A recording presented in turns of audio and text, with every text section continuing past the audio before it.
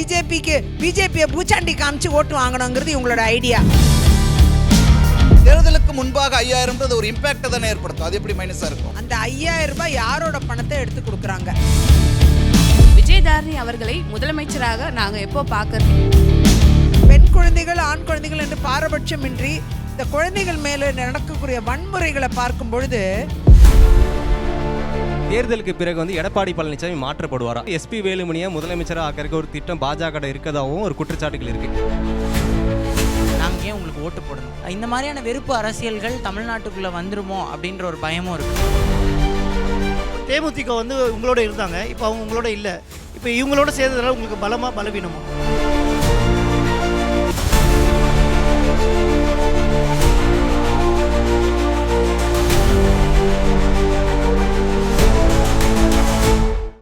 விஜயதாரனுடைய அரசியல் வாழ்க்கை கிட்டத்தட்ட 40 ஆண்டுகள் ஆகுது.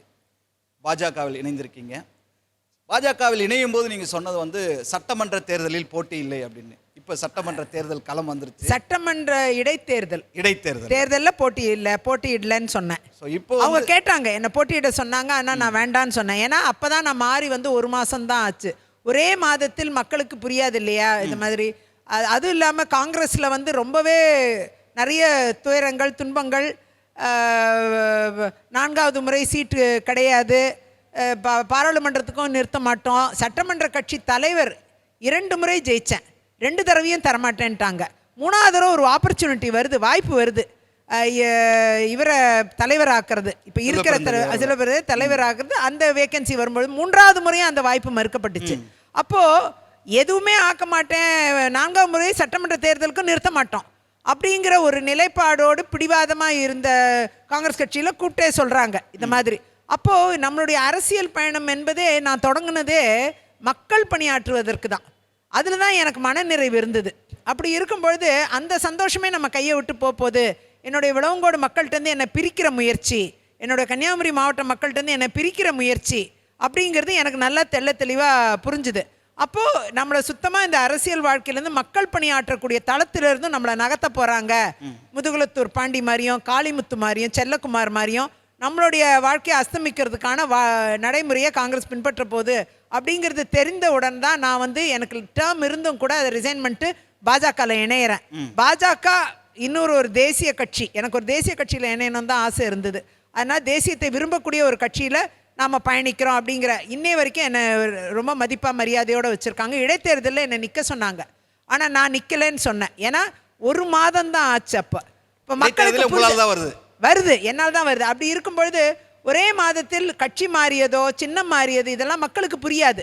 ஆனால் இப்போ எல்லாருக்கும் புரியுது நாங்கள் மாறின காரணங்கள் என்ன, காங்கிரஸ் எதனால் என்னை போன்றவர்களை அடுத்த கட்டத்துக்கு நகர்த்த விரும்பலை. அப்படிப்பட்ட சூழ்நிலையில் நான் என்னுடைய பாஜகங்கிற தேர்வு சரியானது. அதே மாதிரி 4வது முறை நான் மீண்டும் மக்களுக்காக பணியாற்றுவதற்கு பாஜக எனக்கு தரக்கூடிய வாய்ப்பு. அப்படிலாம் இருக்கும்போது மக்கள்கிட்டேருந்து என்னை பிரிக்கக்கூடிய இடத்துல, விளவங்கோடு மக்கள்கிட்டேருந்து என்னை பிரிக்கக்கூடிய இடத்துல, கன்னியாகுமரி மாவட்ட மக்கள்கிட்டேருந்து என்னை பிரிக்கக்கூடிய இடத்துல காங்கிரஸ் இருந்தது. அதே பாஜக என்னை மீண்டும் விளவங்கோடு மக்களோடையும் கன்னியாகுமரி மாவட்ட மக்களோடையும் என்னை இணைத்து வைக்கிற ஒரு முயற்சியில் இருக்குது. அப்போ அதை தான் நான் ரொம்ப பெருசாக நினைக்கிறேன். அதனால இந்த சட்டமன்ற தேர்தல் ஒரு முக்கியத்துவம் பெறதா நான் பார்க்கிறேன். நீங்க எம்பி சீட்டு கிடைக்கணும் எதிர்பார்த்து தான் பிஜேபிக்கு இல்ல, அந்த மாதிரி இல்ல. ஆக்சுவலா அது அந்த மாதிரி ஒரு பார்வை இல்லை. அப்போ எம்பி சீட்டுக்கு வேற நபர்கள் இருந்தாங்க. அதுவும் ஒரே மாசத்துல புரியணும் இல்லையா, நான் மாறி வந்திருக்கேன்னு புரியணும் இல்லையா. அப்போ எனக்கு ஒரு டைம் கேப் தேவைப்பட்டுச்சு. அந்த டைம் கேப் இப்போ கிடைச்சிருச்சு. மக்களுக்கும் புரிதல் வந்திருக்கு. இவங்க மாறிட்டாங்க. ஏன்னா பல ஆண்டு காலம் பயணித்தவன் நான் காங்கிரஸ்ல, சின்னமும் புரியணும் இல்லையா. காங்கிரஸ் விட்டு வந்தது உங்களுக்கு எந்த துளி வருத்தமும் கிடையாதா? இப்ப இல்லையே, அங்க மேற்கொண்டு பயணிக்கிறதுக்கு உங்களுக்கு இடமே இல்லைன்னு சொல்றாங்கல்ல. அப்புறம் அங்க என்ன நான் செய்யறது? ஒரு வேலையும் இல்லாம நான் சும்மா உட்காந்துருக்க முடியுமா? மக்கள் பணி ஆற்றுவது எப்படின்னு புரியல எனக்கு. சட்டமன்ற உறுப்பினராக இருந்தால் மக்கள் நம்மளை அணுகுவாங்க. இப்போ உறுப்பினராக இல்லைன்னா கூட அணுகுறாங்க. நான் என்னால் இயன்றதெல்லாம் செஞ்சுட்டு தான் இருக்கேன். ஆனால் அடுத்த கட்டத்திற்கு நாம் பணியாற்றுவதற்கு நாம் ஆரோக்கியமாக இருக்கோம், நம்மளால் பயணிக்க முடியும் அப்படின்னு நம்ம நினைக்கிறோம். ஆனால் அதற்கு வாய்ப்பு இல்லாத இடத்துல நான் என்ன செய்ய? ஆனால் உங்களுக்கு பெரிய பொறுப்பே கொடுக்கப்படவில்லையே. பாஜகவில் இணைந்து 2 ஆண்டுகள் ஆயிடுச்சு. இல்லையே, இப்போ இங்கே சிஸ்டம் வேறு மாதிரி இருக்குது. காங்கிரஸ் மாதிரி கிடையாது. காங்கிரஸில் பதவிகள் நிறைய இருக்கும். அதாவது தலைவர் ஒருத்தராக இருந்தால் கூட துணைத் தலைவர் ஒரு 20 பேர் இருப்பாங்க, பொதுச் செயலாளர் ஒரு 50 பேர் இருப்பாங்க, ஒரு 100 செயலாளர்கள் இருப்பாங்க, எக்ஸிக்யூட்டிவ் கமிட்டி ஒரு 600 பேர் இருப்பாங்க, பொதுக்குழுங்கிறது 1000 2000 பேர் இருப்பாங்க. அந்த மாதிரி பெரிய பதவியாக இருக்கும். ஆனால் இங்கே பதவிகள் கம்மி தான், ஆனால் பொறுப்புகள் அதிகம். லீடர்ஸ் எல்லாரையுமே பொறுப்புகளில் தான் வைப்பாங்க. திரு அண்ணாமலையாக இருக்கட்டும், இல்லை எண்ணெயாக இருக்கட்டும், அம்மையார் அவங்க சகோதரி தமிழிசை சவுந்தரராஜனாக இருக்கட்டும், அவங்க எல்லாருக்கும் நீங்கள் பார்த்தீங்கன்னா பதவிகளை விட பொறுப்புகள் தான் அதிகமாக இருக்கும். இப்போ அவங்க எல்லாருக்குமே என்னோட சுச்சுவேஷன்ல தான் அவங்க எல்லாருமே இருக்காங்க. எல்லாருக்குமே பொறுப்புகள் மேனேஜ்மெண்ட், அதாவது எலெக்ஷன் மேனேஜ்மெண்ட் பார்க்குறது திரு அண்ணாமலைக்கு பொறுப்பு கொடுத்துருக்காங்க. அதே மாதிரி என்ன வந்து அங்கே உள்ள மாவட்ட ரீதியாக உள்ள எல்லாம் மீட்டிங் நடத்துகிற மேனேஜ்மெண்ட் பொறுப்பு எனக்கு கொடுத்தாங்க. அது மாதிரி சகோதரி தமிழிசை அவர்களுக்கு பொறுப்பு வந்து இந்த மேனிஃபெஸ்டோ கமிட்டி, அந்த பொறுப்பு அவங்க கையில் கொடுத்தாங்க. அந்த மாதிரி லீடர்ஸ்ன்னு பார்க்கக்கூடிய எல்லாருக்குமே பொறுப்புகளை தான் வழங்குவாங்க. இங்கே சிஸ்டம் இப்படி இருக்குது. அதனால் பதவிகள் பொறுப்புகள் அப்படின்னு ரெண்டு பார்க்கும்போது இங்கே பொறுப்புகளுக்கு முக்கியத்துவம் கொடுக்குற இடத்துல என்ன வச்சுருக்காங்க. மனநிறைவோடு பயணிக்கிறேன், என்னை பயன்படுத்துகிறாங்க.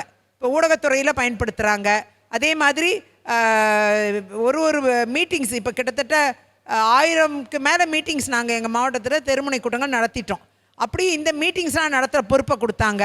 இது மாதிரி நிறைய பொறுப்புகள் வழங்கப்படுது, அதை நிறைவேற்றுறோம். நம்ம அந்த இடத்துல நம்மளை பயன்படுத்துகிறாங்க. இதை தான் நான் எதிர்பார்த்தேன். மக்களோட இணைஞ்சிருக்கிறது இதுதான் இணைப்புங்கிறது. அந்த இணைப்பு பாலம் சரியாக இருக்குது. இதன் பின்னர் நாம் போய் கண்டெஸ்ட் பண்ணும்போது மக்களுக்கு தன்னால் புரியும், நாம் அவங்களுக்காக பயணிக்க இருக்கிறோங்கிற புரிதல் இருக்கும். அப்போ தான் விஜயதரனுடைய விருப்பம் இப்போ விளவங்கோடா இருக்கா இல்லை நாகர்கோவில் தொகுதியாக இருக்கா? இல்லை, தொகுதியை பொறுத்த வரைக்கும் கட்சி என்ன முடிவு செய்கிறதோ அதன்படி பயணிக்கணுங்கிறது என்னுடைய பார்வை. இப்போ தொகுதி பங்கீடு ரொம்ப தாமதமாக இருக்குது. ஏன்னா கூட்டணியை முதல்ல அறிவிச்சது நீங்கள் தான். இப்போ வரைக்கும் தொகுதி பங்கீடு வந்து இழுபறியாகவே இருக்குது. என்ன காரணம்னு நினைக்கிறீங்க? இழுபறி கிடையாது, ஏற்கனவே எல்லாமே பேசி முடிக்கப்பட்டிருக்கு. அதெல்லாம் வெளியிடுறது கோட் ஆஃப் கான்டக்ட் வந்த பிறகு ஒரு 4-5 நாட்களில் வெளியிடுவாங்க. இது ஏற்கனவே திட்டமிடப்பட்டது. நிறைய டைம் இருக்குது. சொல்லப்போனால் 15th நேற்று தான் கோட் ஆஃப் கான்டக்ட் வருது. 35 நாள் தான் இருக்குது இன்னும் தேர்தலுக்கு 35 நாள். ஆனால் கோட் ஆஃப் கான்டக்ட் 15ஆம் தேதி வருது. என்னைக்கு நாமினேஷன் பாருங்க, 30ஆம் தேதி. ஆமாம், 15 நாள் இருக்கு. இதுக்கு நடுவில் தொகுதிகள் நம்பர் எத்தனை, எந்தெந்த தொகுதிகள் யார் யார், வேட்பாளர்கள் யார் யார், இது மூணும் வெளியிடுறதுக்கு 5 நாள் கேப்பில் வெளியிடலாம். வெளியிட்டுட்டு வேட்பாளர்கள் போய் நேராக நாமினேஷன் போட வேண்டியதுதான் வேலை. போட்டுட்டு களத்தில் இறங்க வேண்டியதுதான் வேலை. ஒருவேளை விஜய் வருவாருன்னு காத்துட்டு இருந்து அதுக்கப்புறம் இதெல்லாம் இறுதி செய்யலான்ற ஒரு பிளான் இருக்கா? இல்லை, அந்த மாதிரி ஒன்றும் காத்திருப்பு மாதிரி எனக்கு தெரியல. இது வந்து சாதாரணமாக இந்த தேர்தல் நடைமுறையில் ஒரு பகுதி. இது சொல்லப்போனால் கோட் ஆஃப் கான்டக்ட் நான் பார்த்த வரைக்கும் கடந்த 3 தேர்தல்களில் கோட் ஆஃப் கான்டக்ட் வந்து மார்ச் 3-4 தேதியிலே வந்துருச்சு. ஆனால் இந்த முறை மார்ச் 15ஆம் தேதி தான் வந்திருக்கு. அதனால் நமக்கு ஃபைலிங் டேட்டும் நாமினேஷன் டேட்டும் 30லேருந்து 6 வரை இருக்குது. ஸோ கம்ஃபர்டபுளாக டைம் இருக்குது. அதுலேருந்து 18 நாள் ஓப்பன் ஜி பிரச்சாரத்துக்கு டைம் இருக்குது, நிறைய டைம் இருக்குது. ஆகையால் இதில் ஏற்கனவே ஓராண்டு காலம் நாங்கள் ஏற்கனவே களத்தில் இருந்துட்டு தானே இருக்கோம். எல்லாருமே ஃபீல்டில் இருக்கோம். இப்போ நானுன்னு இல்லை, தேசிய ஜனநாயக கூட்டணியின் அனைத்து அங்கத்தினரும் இன்றைக்கி ஃபீல்டில் தான் இருக்காங்க எல்லாருமே. எஸ்ஐஆர் ப்ராசஸ் சொல்லப்போனால் இன்னும் கொஞ்சம் அதை வேகப்படுத்தியிருக்கு. இன்னும் கொஞ்சம் பூத் லெவல் ஏஜென்ட்ஸு அது இதுன்ட்டு இன்னும் கொஞ்சம் எல்லா கட்சிகள்லையும் அது வேகப்படுத்தியிருக்கு எஸ்ஐஆர் ப்ராசஸ். அப்படி பார்க்க போனால் தேர்தல் பணியிலேயே கடந்த ஓராண்டு காலமாக ஏற்கனவே இருந்துக்கிட்டு இருக்கோம். இப்போ கொஞ்சம் தீவிரமாக இருப்போம் அடுத்தது. அப்புறம் ஓப்பன் ஜிப் இன்னும் கொஞ்சம் தீவிரமாகும், அதோட பிரச்சாரம் முடியும். ஸோ சொல்லப்போனால் எல்லாமே இந்த ஆண்டே பார்த்திங்கன்னா ஒரு தேர்தல் ஆண்டு போல தான் எனக்கு தெரியுது. அப்படியே அதுலேயே நீந்திக்கிட்டு இருக்கோம். அந்த ப்ராசஸே நிறைய பண்ணிக்கிட்டே இருக்கோம். அதனால் நிறைவாக தான் இருக்குது. ஒருவேளை தேசிய ஜனநாயக கூட்டணிக்கு விஜய் வருவதற்கான வாய்ப்பு இருக்கா அப்படின்னு நம்புறீங்களா? இல்லை, எனக்கு அது சரியாக தெரியல. அது ball is in Vijay's court. இது யாருமே மற்ற யாருமே இதை முடிவெடுக்க வேண்டிய இடத்துல யாருமே ஆலோசிக்கலை. விஜய்க்கு தேவைன்னா அவர் தான் கூட்டணி அமைச்சுக்கணும். அவர் கையில் தான் இருக்குது. கூட்டணி வேணும்னு சொல்கிறதும் வேண்டாம்னு சொல்கிறதும் தனித்து போட்டியிடுறதும் கூட்டாக போட்டியிடுவது இது எல்லாமே விஜயோட கையில் தான் இருக்குது. அவர் என்ன செய்கிறாரோ அது அவருடைய முடிவாகவும் இருக்கும். அதில் தேசிய ஜனநாயக கூட்டணிக்கோ பாஜகக்கோ அதிமுகக்கோ எந்த பங்களிப்பும் இருக்காது. நாங்கள் எந்த பேச்சுவார்த்தையும் யாரோடையும் பேசலைன்ட்டு திரும்ப பாஜகவும் சொல்லியாச்சு, அதிமுகவும் சொல்லியாச்சு. சொல்லப்போனால் தாவேக்காவும் இதுதான் சொல்லிட்டு இருக்கு.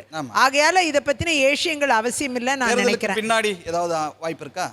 தேர்தலுக்கு நம்பர்ஸ் என்ன வருதோ அதை பொறுத்து தானே இருக்குது. நம்பர்ஸ் வர்றதை பொறுத்து தான் முடிவுகள் இருக்கும். ஆகையால் நம்ம தேர்தலுக்கு பின்னாடி தான் அதை பற்றி யோசிக்கணும். இப்போ அதிமுக தான் கூட்டணிக்கு தலைமை இங்க. ஆமாம். ஆனால் பாஜகவிற்கு தொகுதிகள் பங்கீடு அப்படிங்கும்போது 35 45 நிறைய ஏசியங்கள் சொல்லப்படுது.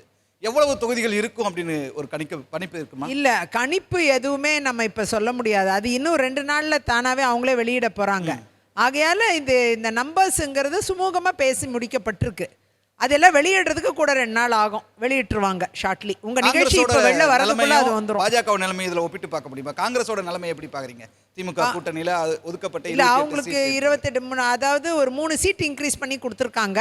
போன முறை 25 கொடுத்தாங்க. 3 சீட்டும் ஒரு ராஜ்யசபாவும் கொடுத்துருக்காங்க. ஏதோ ஒன்று இன்க்ரீஸ் பண்ணி வாங்கியிருக்காங்க. பரவாயில்ல, அது நல்ல விஷயமா தான் நான் பார்க்குறேன். Anything that is increase that is good தானே.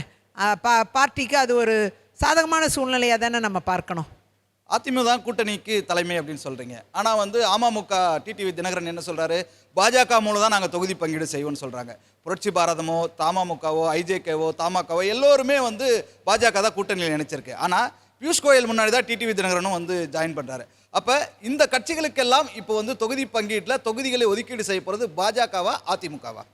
இல்லை, அப்படி பாஜக அதிமுகன்னு பிரித்து இதில் பேசவே முடியாது. இதில் தேசிய ஜனநாயக கூட்டணி எல்லோரும் ஒருமித்து பயணிக்கக்கூடிய கூட்டணி. திரு பியூஷ் கோயல் அவர்களும் சரி, திரு டிடிவி அவர்களும் சரி, திரு எடப்பாடி அண்ணன் அவர்களும் சரி, பாஜக திரு நயனார் அவர்களும் சரி, எல்லாரும் ஒன்றா உட்காந்து பேசுவாங்க. இதில் வந்து இவங்களுக்கு கொடுக்கறது அவங்க இவங்களுக்கு கொடுக்கறது அப்படிலாம் கிடையாது. கேட்டு வாங்கிறது அந்த பிரச்சனையே இங்கே கிடையாது. யார் யார் எதில் நிற்க போகிறாங்க எல்லோரும் சேர்ந்து உட்காந்து பேசி முடிவு. ஒரு ரொம்ப ஜனநாயகமான ஒரு கூட்டணி. அந்த ஜனநாயக அடிப்படையில் ஷேரிங் நடக்குது.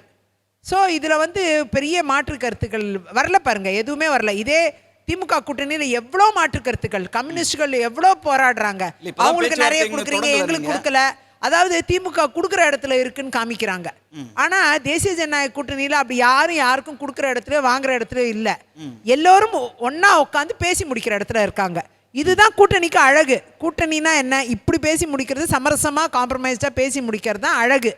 இதில் சர்ச்சைகள் இல்லாமல் பேசி முடிக்கிறது தான் அழகு. அதை தான் தேசிய ஜனநாயக கூட்டணி செஞ்சிட்ருக்கு. ஆனால் திமுக கூட்டணியில் திமுக கொடுக்குறத வாங்கிக்கணுங்கிற இடத்துல எல்லோரும் இருக்காங்க.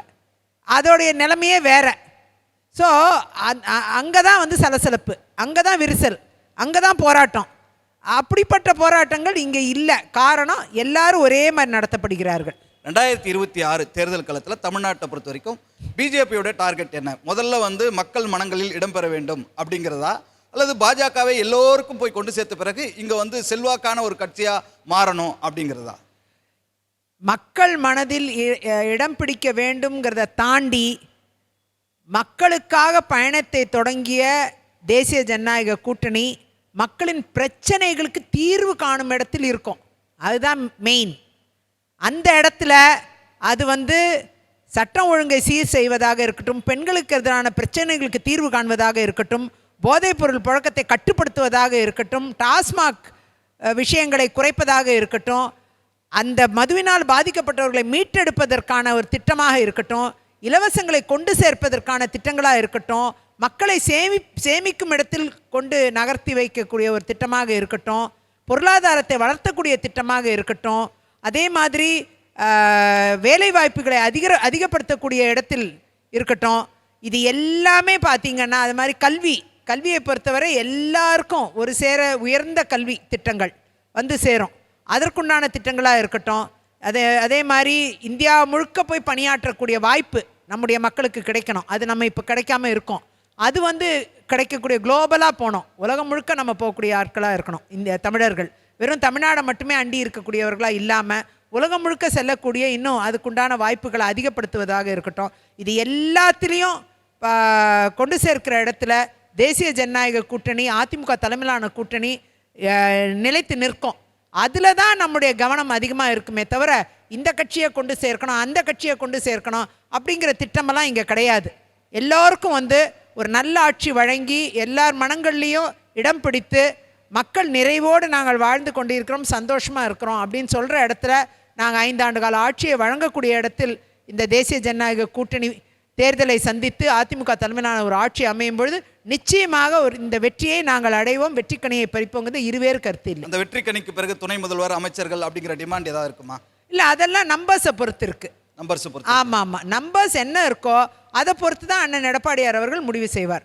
அதிக ஒற்றை பெரும்பான்மையாக ஒரு தனிப்பெருங்கட்சியாக அதிமுக வந்து விட்டால் அதுக்குண்டான அவசியமே இருக்காது. அப்படி இல்லைன்னா தான் அந்த நம்பர்ஸ்க்காக என்னெல்லாம் செய்யணுமோ அதுக்கப்புறம் தான் செய்வாங்க. அதனால தான் பாஜக வந்து அதிகமான சீட்டு கேட்குது, அது கூட்டணி ஆட்சி அமைப்பதற்கான ஒரு தந்திரமான முயற்சி அப்படின்னு சொல்லலாம். அப்படிலாம் கிடையவே கிடையாது. பாஜக அதிகமான சீட்டு கேட்கறது கொடுக்கறது அதெல்லாம் கிடையவே கிடையாது. அவங்களுக்குள்ளே இருந்து எந்தெந்த சீட்டு யாருக்கு உகந்ததாக இருக்கோ அதை போட்டியிடுறதுங்கிற முடிவு தான்.